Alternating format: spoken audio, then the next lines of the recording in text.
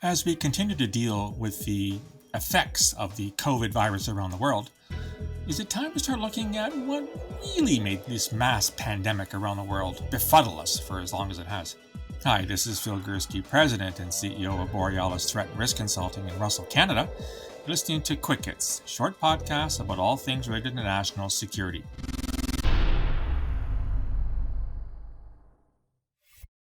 Now, I don't know what part of the world you're living in. I live just outside of Ottawa, the capital of Canada, in a small village called Russell, in the province of Ontario. And we've been in a pretty much shut-down, lockdown phase for well over a month now. Restaurants aren't open, stores aren't open. You have to buy stuff online and pick it up. Grocery stores are open. And garden centers of all things, which is great because I'm building my new garden here in my new home. But it's been pretty well a pain in the ass for a very long time. And you know, we're getting off rather lightly here in Canada compared to what's happening in India and parts of Asia, parts of Africa, etc. So I don't want to come across as a complainer. It is what it is, and we will get through this. The vaccines are starting to roll out much more frequently now here in Canada. I've got my first vaccine, as has my wife. Most of my friends have. Even my kids have got their first vaccines. So it's looking up. Things are looking up. And yet, there's still this niggling question about where this COVID virus came from in the first place. From the beginning of this pandemic, we've worked with the international community to find answers. We support the call by the United States and others to better understand the origins of COVID-19, not just to ensure accountability, but also to make sure we fully understand how to better protect the world going forward from any such further pandemics. I know there are a lot of theories out there, but we need to make sure we're getting to a full and complete airing of the facts to actually understand what happened and how to make sure it never happens again. Now, as you're aware, it did originate in China somewhere in late 2019. 2019. God, that's a year and a half ago. Seems like an eon in the way that life has transpired since then. And it spread from China to a variety of places, and then it basically spread all the way around the world. The Chinese government, not surprisingly, is a little bit reticent about its responsibility for the virus and is parading its own program of vaccinations and getting back to normal. But there's still this outstanding question that has yet to be resolved to anyone's satisfaction. And that question is, how exactly did the virus start? Where does this actually originate? And the two main theories that have been going forward for quite some time are that it originated in what are called wet markets, which are rife in China to the best of my understanding, and that it may have crossed some kind of a zoological gap, if you will, going from one species to another. Bats have been talked about a lot, for example. The other theory that sometimes gets a little play and might strike some as conspiracy in nature is whether or not this is a virus that escaped from a lab, with the underlying assumption or suggestion that the Chinese were performing some kind of biological experiments and that things went badly awry and the virus escaped. Again, we don't have answers to either of those questions. So why am I talking about this in a podcast about national security? Well, simply stated, U.S. President Joe Biden just the other day, was it yesterday? Perhaps it was today, announced that he's tasking the U.S. intelligence services with finding out more about what caused the virus. And this strikes me as really, really fascinating as an old intel guy myself, having spent 32 years in both signals intelligence and in human. So let me quote a couple things here about what the president said. He has basically said that he has asked the intel community to, quote, redouble their efforts to collect and analyze information that could bring us closer to a definitive conclusion. Wow, I like that term, definitive. Another note I had here, which I thought was interesting, is that the intel community itself does not appear to be in a position to draw conclusions just yet about what it knows and what it doesn't know about the coronavirus. I don't think we can give a time element on that, Senator, for the simple reason we still have not yet confirmed what the host is from Ebola. We know that Ebola jumps from an animal reservoir to human. And it's been many years now since the original Ebola outbreaks, and we haven't yet nailed it. So what does all this mean? Well, let me try to walk you through this from what possible contribution intelligence agencies could bring to this issue of wither COVID. Intelligence agencies rely on a number of primary sources of information, which we abbreviate as SIGINT, HUMINT, and IMINT. Signals intelligence, human intelligence, and imagery intelligence. Yes, there are other forms like open source called OSINT. There's something called GARBINT, which is going through someone's garbage for clues on things like that. But HUMINT and SIGINT are the big ones.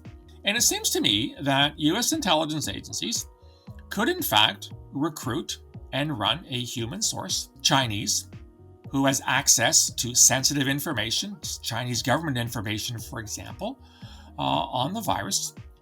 And they could entice or convince this person to cooperate and provide information on what he or she knew about whether or not the Chinese government was actually experimenting with a COVID-like virus before the whole sort of roof caved in.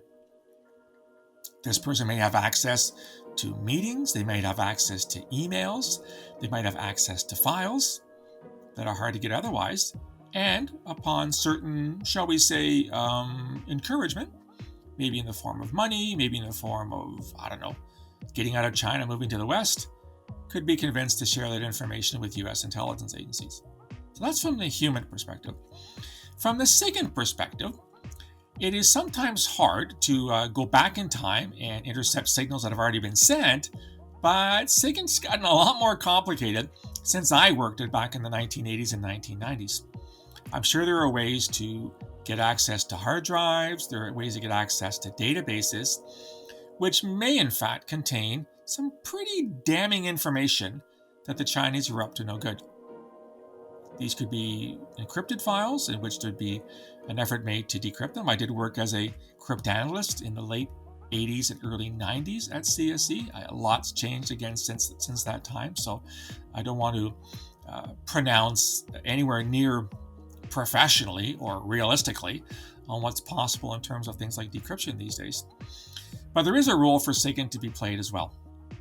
Imagery or IMINT, I'm a little less confident in that for two reasons. First of all, I have very little experience with IMINT. I had a little bit when I worked at CSE, but not very much. And secondly, I'm not really sure what imagery would get you in this regard, unless you had earlier satellite pictures, for example, of mysterious movements around certain known biological factories or biological complexes in China over a certain period of time, shall we say November, December of 2019, which might be indicative that something was going badly and China was trying to deal with it. The bottom line is that when you work in intelligence, your assessments are only as good as the information that feeds them, i.e. the reliability and the access of the sources that you have at hand, be they human sources or be they signals intelligence sources. As an analyst who worked for 32 years in the business, it was my job to take all this information, assess it for its reliability, i.e. is the source full of shit? Is the source lying? Or is there some truthfulness to this? And to assign some kind of a weight. How important is this one human source? In some cases, human sources are absolutely critical. And I've worked in cases, counterterrorism cases in the 2000s and 2010s, where having a highly placed human source made the difference between death and not death when it came to terrorist attacks here in Canada. Same thing goes for SIGINT. You've heard the terms misinformation and disinformation a lot these days. Just because you're collecting it and it comes from a source you believe to be an important source, doesn't mean it's not bullshit. It could be misinformation. It could be disinformation. So it's not just enough to collect and process and go through the signals intelligence. It's trying to figure out, is someone trying to, yank our thumb on this one? They're trying to misdirect us. They're trying to mislead us. More than 400,000 Americans have already died. I think it's 411 or 12 have died in 1 year of this pandemic. More than all the people who died in all the Americans who died in World War II. This is a wartime undertaking. It's not hyperbole. The bottom line is I find it fascinating that in, end of May 2021, a full year and a half after the virus first hit our attention span, that the US president is tasking the intelligence services to look into this. Now, if they do make some kind of an assessment, will the assessment be made public? I'd say there's a good chance it will be. As much as intelligence services hate when their information becomes public, this is a real important one. And I think if they have incontrovertible evidence, which they judge to be highly reliable, that China was fucking about with the coronavirus before it inexplicably, or dare I say in a conspiratorial way, deliberately released into the environment, there should be a price to pay. And the Biden administration has been quite clear and quite, I think, maybe not unique, but very forthcoming in its early days in actually sharing intelligence with the rest of the world. So I for one, will be following this intelligence story very, very closely in the weeks and months to come. And here's hoping we get some ideas to exactly what went wrong. If the Chinese made a mistake, they should own up to it. At a minimum, if it turns out it was from a wet market, shut the wet markets down.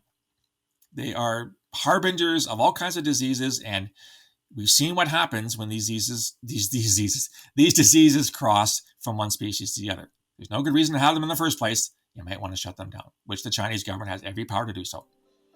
Anyhow, that's what I think about this new intelligence-driven quest for the truth when it comes to the coronavirus. What do you think? Do you think intelligence services have a role to play here?